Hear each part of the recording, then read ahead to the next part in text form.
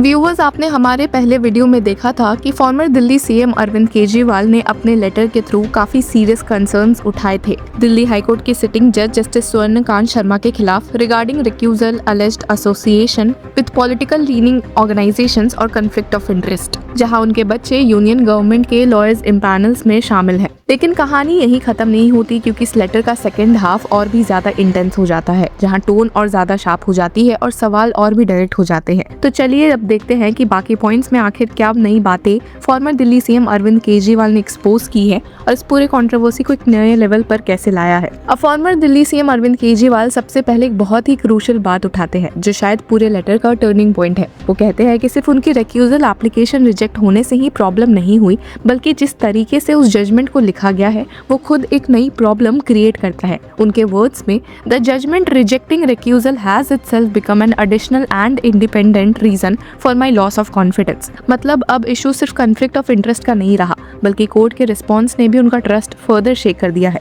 वो यहाँ एक बहुत ही इंपॉर्टेंट डिस्टिंक्शन ड्रॉ करते हैं जब वो कहते हैं कि a litigant can perhaps live with an adverse order. What is far more difficult to accept is a judgment whose language conveys that the litigant's plea has been seen as a challenge to the judge's dignity। मतलब उनका कहना है कि हार जीत से ज्यादा matter करता है कि कोर्ट ने उनकी बात को कैसे इंटरप्रेट किया, और उनके अकॉर्डिंग कोर्ट ने उनकी लीगल कंसर्न को एक पर्सनल अटैक के रूप में देखा। और इसी को एक्सप्लेन करते हुए वो जजमेंट के कुछ स्पेसिफिक लाइंस कोट करते हैं। Hello law lovers and justice seekers, welcome to law Chakra. हम आपके लिए लेकर आए हैं कुछ बहुत ही exclusive, introducing law Chakra prime membership, जो आपको देगा exclusive access like never before. बनिए लॉ चक्रा की प्राइम मेंबर और अनलॉक कीजिए full potential of legal knowledge. अभी ज्वाइन कीजिए। जैसे accusations hurled at me, the judge herself is tainted और intimidated by a political litigant। ये phrases highlight करते हुए अरविंद केजरीवाल बेसिकली ये कह रहे हैं कि जब कोर्ट ऑलरेडी ये परसीव कर चुकी है कि लिटिगेंट एक तरह से जज को टारगेट कर रहा है, तो फिर इम्पार्शियल हियरिंग की एक्सपेक्टेशन कैसी रखी जा सकती है। वो डायरेक्ट सवाल पूछते हैं, how do I expect that I would be heard on a Holi clean slate. अब इसके बाद लेटर एक और ज्यादा बोल्ड डायरेक्शन में चला जाता है, जहाँ अरविंद केजरीवाल एक ब्रॉडर पब्लिक परसेप्शन का एंगल इंट्रोड्यूस करते हैं। वो कहते हैं, how can an ordinary citizen believe that this honorable bench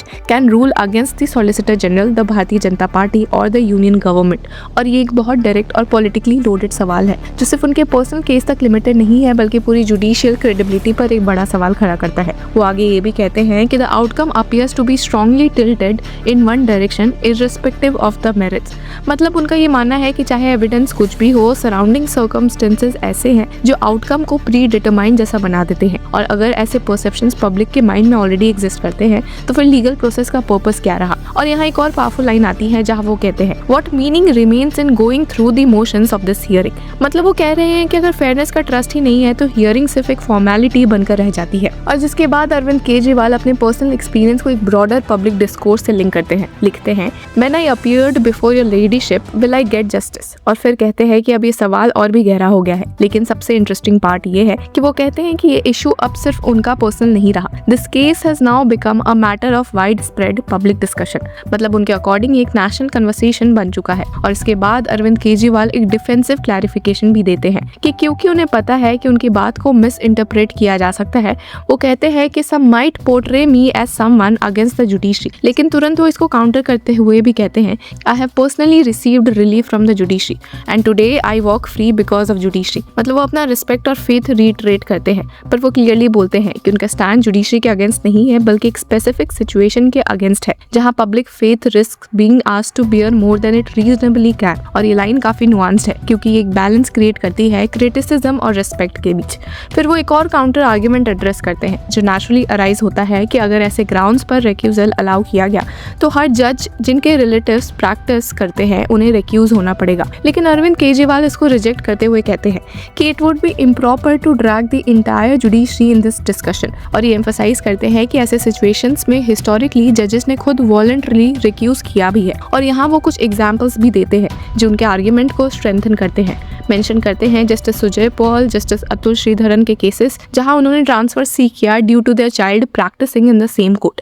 और एक हिस्टोरिकल रेफरेंस भी देते हैं जस्टिस वी शिवारमन नायर का, जिन्होंने अलेजेडली अपनी ट्रांसफर रिक्वेस्ट की थी जब उनके फैमिली मेंबर्स प्रैक्टिस करने लगे। इन एग्जाम्पल्स के थ्रू अरविंद केजरीवाल ये दिखाने की कोशिश करते हैं कि रिक्यूजल या ट्रांसफर लेना कोई वीकनेस नहीं होता, बल्कि ये high standards of judicial ethics set करता है और पब्लिक ट्रस्ट को स्ट्रेंथन करता है। लेकिन फिर वो वापस अपने मेन आर्ग्यूमेंट पर आते हैं और कहते हैं कि प्रेजेंट केस में सिचुएशन और भी सीरियस है, far beyond mayor shadows of possible doubt. और वो क्लेम करते हैं कि यहाँ डेमोन्स्ट्रेबल एंड इररिफ्यूटेबल एविडेंस एग्जिस्ट करता है जो कॉन्फ्लिक्ट ऑफ इंटरेस्ट को शो करता है। मतलब वो अपनी बात को हाइपोथेटिकल नहीं बल्कि कंक्रीट बताने की कोशिश कर रहे हैं। इसके बाद लेटर का टोन और ज्यादा पर्सनल और इंटेंस हो जाता है जब अरविंद केजरीवाल अपनी कॉन्शियंस की बात करते हुए लिखते हैं कि I can no longer meaningfully participate in this proceedings. और ये क्लियर डिक्लेरेशन है कि वो एक्टिवली विड्रॉ कर रहे हैं प्रोसेस से। लेकिन साथ ही वो एक इम्पॉर्टेंट क्लैरिफिकेशन भी देते हैं ताकि उनकी पोजीशन को ओवर जनरलाइज ना किया जाए। वो कहते हैं कि ये रिफ्यूजल सिर्फ स्पेसिफिक मैटर तक लिमिटेड है।